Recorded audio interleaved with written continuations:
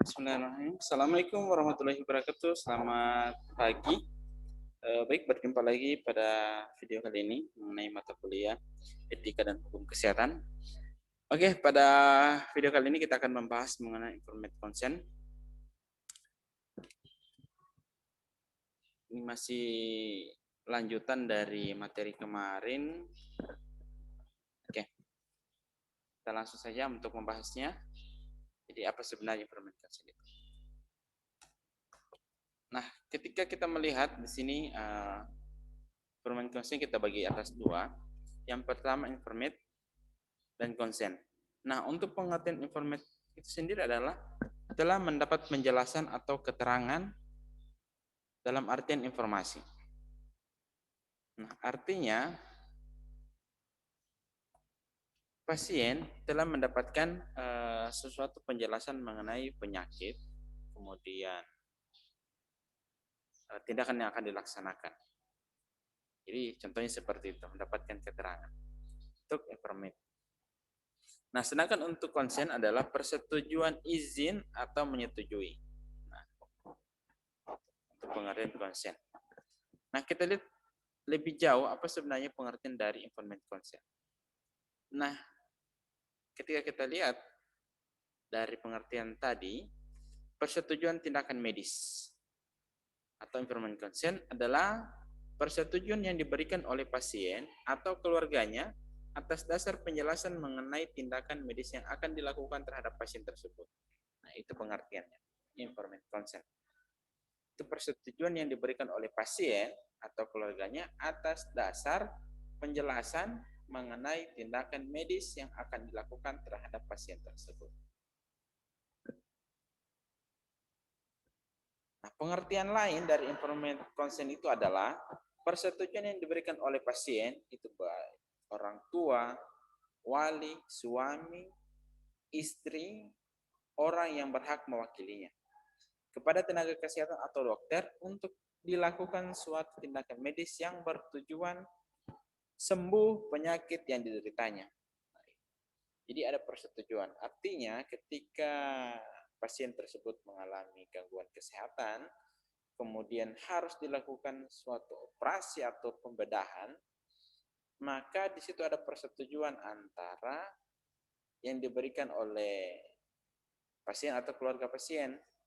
Nah, sehingga dokter bisa melaksanakan tindakan medis atau operasi ataupun bedah. Seperti itu.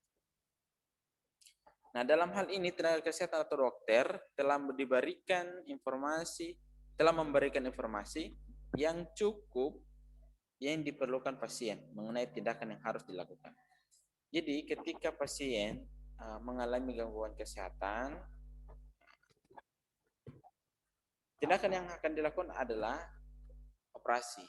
Maka sebelum dilakukannya operasi, maka harus ada persetujuan dari keluarga pasien atau dari pasien itu sendiri. Jadi disampaikan dengan cara yang baik bahwa pasien tersebut harus dilakukan suatu tindakan medis ataupun operasi. Nah, ketika diberikan informasi kepada keluarga pasien dan keluarga pasien menyetujui dengan tindakan medis, maka dokter bisa melaksanakan tindakan medis tersebut. Ketika tidak ada persetujuan, maka tindakan medis tidak akan dilaksanakan. Jadi, untuk information consent itu adalah persetujuan yang diberikan oleh pasien ataupun keluarga pasien untuk suatu tindakan medis yang dilakukan oleh tenaga kesehatan atau dokter. Nah, information consent berarti pernyataan kesediaan atau pernyataan penolakan setelah mendapat informasi secukupnya. Nah, jadi persetujuan. Information consent adalah persetujuan. Jadi ketika dokter menjelaskan suatu penyakit atau tindakannya, pasien bisa menolak atau bersedia menerimanya. Dengan demikian, yang diberikan informasi sudah cukup mengerti akan segala akibat dari tindakan yang dilakukan terhadapnya sebelum ia mengambil keputusan. Jadi, sebelum melakukan tindakan, jadi ada penjelasan dulu dari dokter ke keluarga pasien. bahkan disampaikan hal-hal yang akan kemungkinan terjadi di luar dari dugaan. Jadi informasinya harus cukup jelas disampaikan. Nah, setelah dijelaskan, maka keluarga pasien memberikan pernyataan. Nah, biasanya itu informed consent dalam bentuk surat pernyataan yang harus ditandatangan. Kayak gitu. Nah, tujuan dari informed consent adalah melindungi pasien dari tindakan medis yang tidak disetujui atau tidak diizinkan. Nah, seperti itu. Jadi informed consent ini bukan hanya semata-mata untuk melindungi tenaga kesehatan atau dokter, tetapi melindungi pasien juga.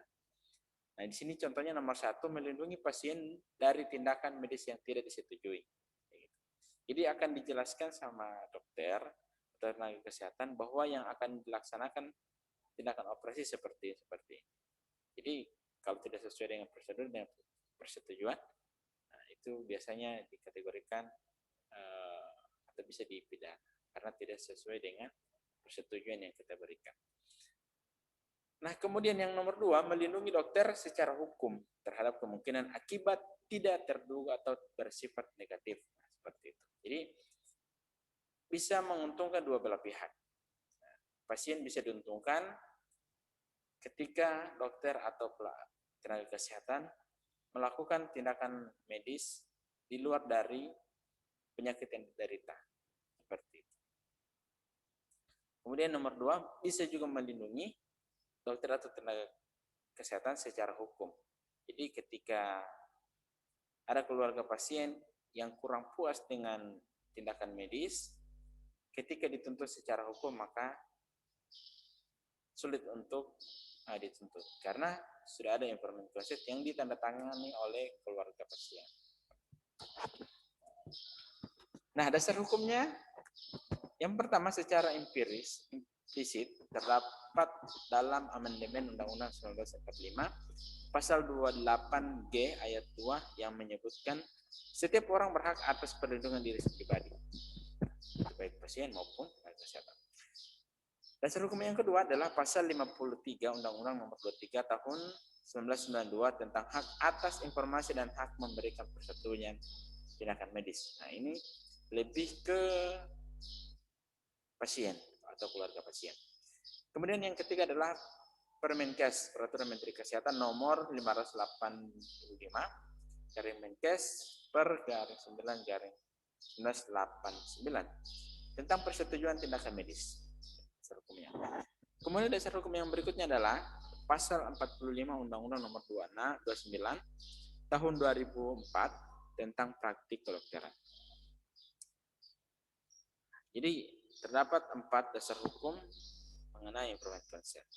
Yang pertama Undang-Undang 45 pasal 28 ayat 2. Kemudian pasal 53 Undang-Undang nomor 23 tahun 92. Kemudian Permenkes 585 tahun 1989. Kemudian dasar hukum yang terakhir adalah pasal 45 Undang-Undang nomor 29 tahun 2004. Nah, mungkin dasar hukum ini ada yang sudah diamandemen, ya. Biasanya ada peraturan lagi yang terbaru. Nah, kemudian yang selanjutnya adalah Kode Etik Kedokteran Indonesia. Nah, berkaitan dengan Kode Etik Kedokteran, ini diatur dalam pasal 7C Kode Etik Kedokteran Indonesia. Setiap dokter harus menghormati hak pasien. Jadi, ketika pasien tidak setuju akan tindakan medis tersebut yang dilakukan oleh dokter, maka dokter berhak atau menghormati hak-hak pasien tersebut. Atau seperti kita simak bersama-sama video sebelumnya mengenai hak-hak pasien, maka setiap dokter harus menghormati hal tersebut. Kemudian kode etik yang kedua, ini SKIDI, Surat Keputusan Ikatan Dokter Indonesia nomor 309 tahun 88 tentang informed consent. Jadi kode etik kedokteran ada dijelaskan dalam seperti yang tampil di layar kalian seperti ini. Jadi untuk lebih jelasnya kalian bisa cari pasalnya, ini pasal 7C ya, mengenai kode etik kedokteran.